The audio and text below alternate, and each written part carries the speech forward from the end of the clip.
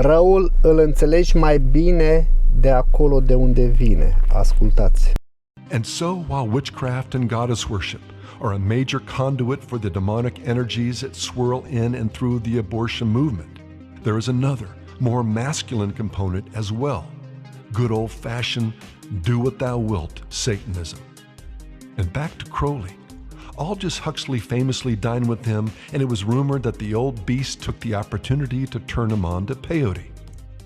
Not only did the famed author of Brave New World later romanticize the emerging drug culture by writing Doors of Perception, he also wrote the preface to Birth Control Methods by Australian sexologist and closet homosexual Norman Hare. A colleague of Ellis and Hirschfield's and an attendee of the World Sex Congress in 1921, Hare, like the others, was a staunch supporter of gay rights and the eugenics movement. But even more interesting and significant is Crowley's connection to perhaps the 20th century's most influential sexologist, Alfred Kinsey. Founder of the Institute for Research in Sex, Gender, and Reproduction at Indiana University, now called the Kinsey Institute. Kinsey, like his European counterparts, set out to normalize all manner of deviant sexuality under the guise of objective science. Bisexual and with a penchant for masochism, Kinsey encouraged group sex among his graduate students and filmed sex acts in the attic of his home under the guise of research. Toward the end of his life, Kinsey, along with avant-garde filmmaker and Crowley disciple Kenneth Anger, visited the great beast at his lair at the Thelema Abbey in Sicily. Anger later observed, Kinsey was obsessed with obtaining the great beast's day-to-day sex diaries. To obtain grant monies and maintain the support of the university, Kinsey needed the excuse of research to validate his 24 hours a day obsession with sex. That the man who perhaps more than any other was responsible for the, quote, legitimization of sexual perversion in the latter half of the 20th century was both a pervert and a fan of the century's most notable occultist is a fact that should be shouted from the housetops, as well as his connection to the abortion industry. In April of 1955, 16 months before he died, Kinsey attended a clandestine conference on the abortion issue at the Arden House in Harriman, New York.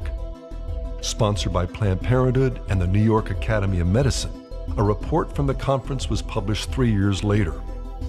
Edited by Planned Parenthood's president, Dr. Mary Calderon, abortion in the United States was the first serious apologetic on abortion rights. Kinsey was quoted as the leading scientific authority at the conference, citing data from his questionable research suggesting that illegal abortions were very common and dangerous, while therapeutic abortion, abortion performed by a doctor, posed minimal health risks. In other words, legalizing abortion made perfect medical sense. Pregnancy, Birth, and Abortion, published the same year by 3 Kinsey Institute researchers and dedicated to Kinsey, made essentially the same argument.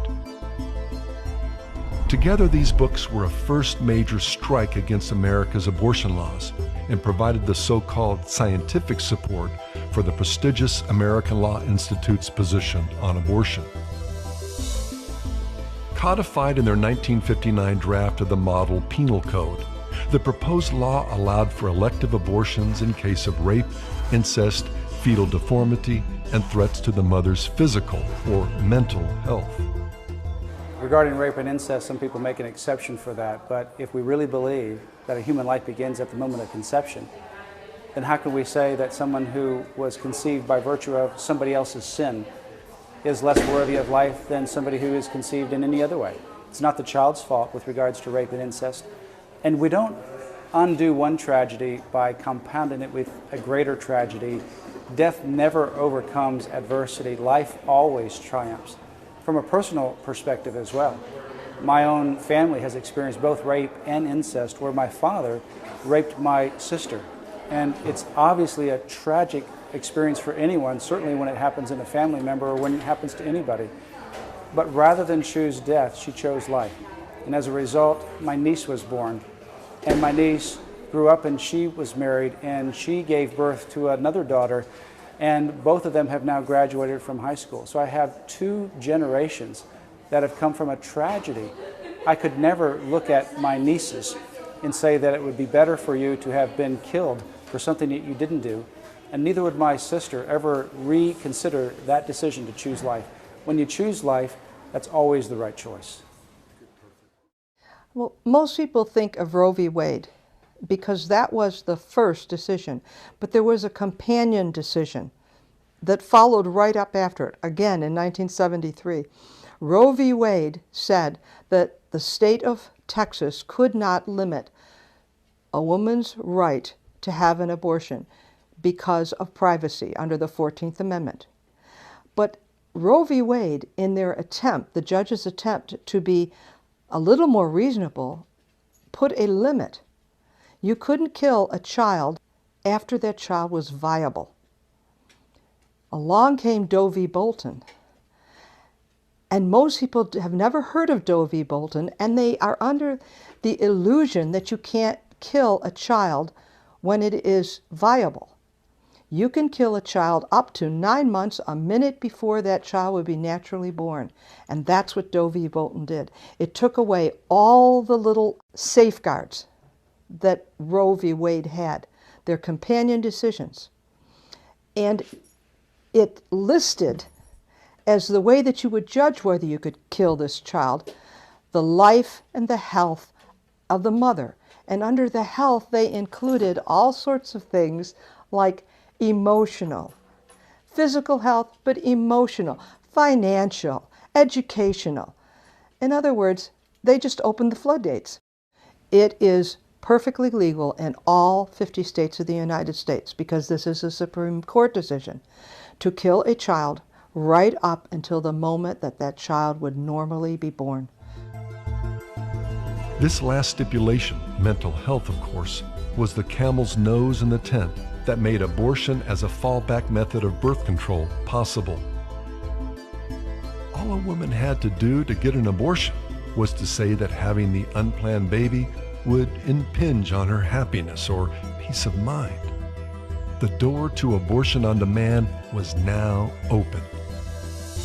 New York was among the first states to walk through it, and by 1970 had the most liberal abortion laws in the country.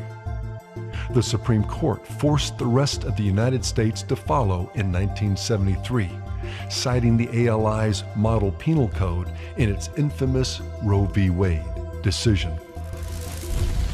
Do what thou wilt became the